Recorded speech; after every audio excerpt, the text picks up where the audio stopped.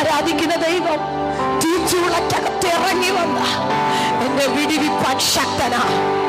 ഇന്ന് ഞാൻ പറയട്ടെ, തീച്ചൂളയുടെ പ്രശ്നത്തിനകത്തുകൂടെയാണോ നീ കടന്നു പോകുന്നത്? വെന്തു പോകുന്ന സങ്കടത്തിനകത്തുകൂടെയാണോ നീ കടന്നു പോകുന്നത്? നാളെത്രയായോ നീ സമാധാനത്തോടെ ഉറങ്ങിയിട്ട് നീ പ്രാർത്ഥിക്കാൻ മനസ്സുണ്ടെങ്കിൽ നിന്റെ ആ പ്രതിസന്ധി. ഇതേ അധ്യായത്തിൽ മറ്റൊരു ഭാഗത്ത് 3 ചെറുപ്പക്കാര് ദൈവത്തെ ആരാധിക്കരുത്. ഹല്ലേലൂയ.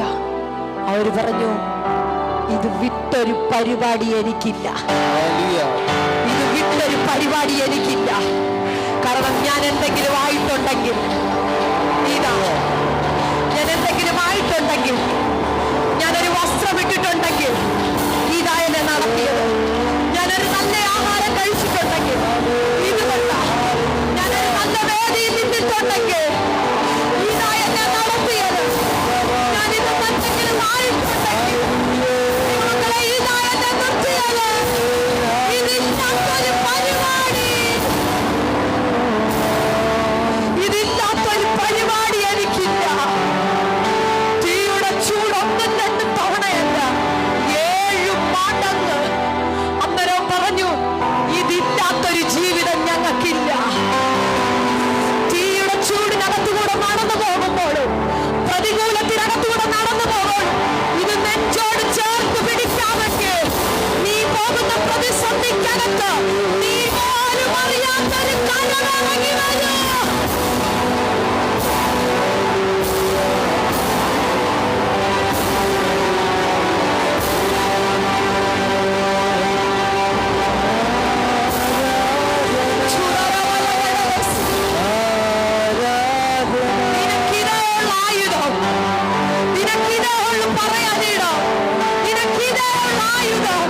കഴിഞ്ഞ ദിവസം ഈ വചനം എന്നെ അകത്തു തന്നപ്പോ പ്രാർത്ഥനാ മുറിക്കകത്ത് കയറിയിരുന്ന് ഞാൻ എന്നെ നെഞ്ചോട് ചേർത്ത് പിടിച്ചു പ്രാർത്ഥിച്ചു. അപ്പൊ ഞാൻ ഇന്ന് നിൽക്കുന്നുണ്ടെങ്കിൽ ഇതുകൊണ്ടാ, ഞാനൊരു ഡ്രസ് ഇടുന്നുണ്ടെങ്കിൽ ഇതാ, ഞാൻ ആഹാരം കഴിക്കുന്നുണ്ടെങ്കിൽ ഇത് തന്നതാ. ഇത് ഞാൻ എടുത്തതുപോലെ എന്റെ തലമുറകളും എടുക്കണം. ഒരു പ്രതിസന്ധി വരുമ്പോ ആത്മഹത്യ ചെയ്യാനല്ല നോക്കേണ്ടത്. ഒരു പ്രതിസന്ധി വരുമ്പോ വീട് വിടാനല്ല നോക്കേണ്ടത്. കുഞ്ഞുങ്ങൾ റാഗി ചെയ്തു. വീട്ടിൽ ചെന്ന് ആ കുഞ്ഞ് ഒരു പിടി കയറിനകത്ത് ജീവൻ അവസാനിപ്പിച്ചു. എന്തുകൊണ്ടാ? സങ്കടം പറയാനൊരിടമില്ല, പ്രാർത്ഥിക്കാൻ ഒരു മുറിയില്ല. ഞാൻ പറയട്ടെ, നിനക്ക് തമ്പുരാൻ വീട് തരും, നിനക്ക് തമ്പുരാൻ കെട്ടിടം തരും, നിന്റെ തലമുറയ്ക്ക് എല്ലാ സൗകര്യം തരും. അതിന്റെ നടുവിൽ നിന്റെ തലമുറയ്ക്ക് പ്രാർത്ഥനയ്ക്കുള്ളൊരു മുറി നീ ഒരുക്കണം, പ്രാർത്ഥിക്കാൻ ഒരു മുറി നീ ഒരുക്കണം. കാരണം എന്താണെന്നറിയാമോ?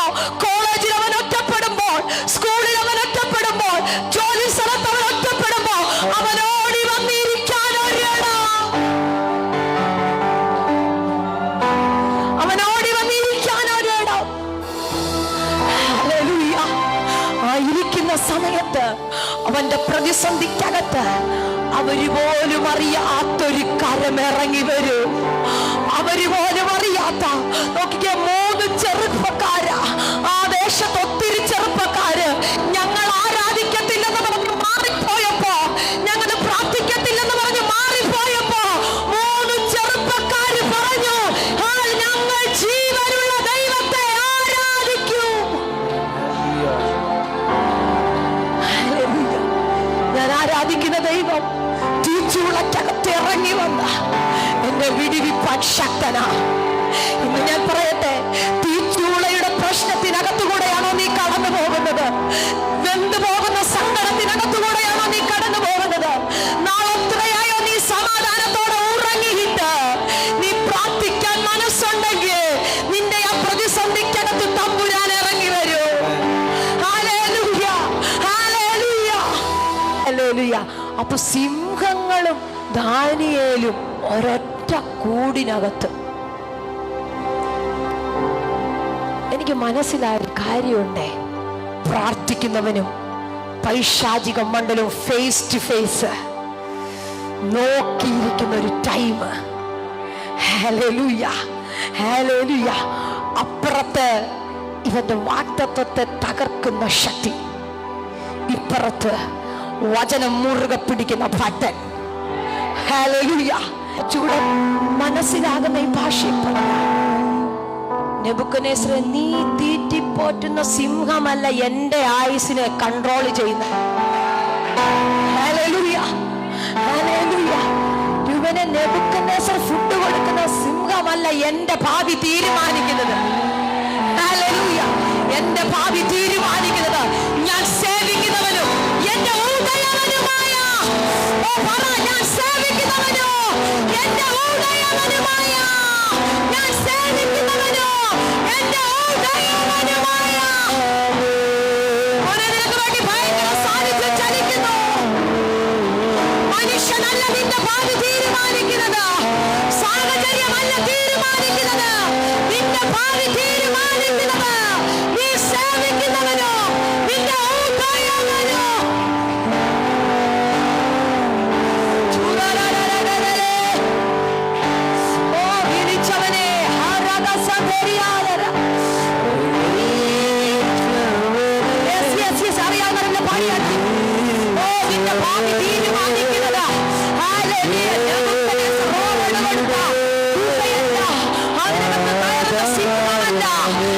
ഭാവി തീരുമാനിക്കുന്നത് ഉദയവനാ.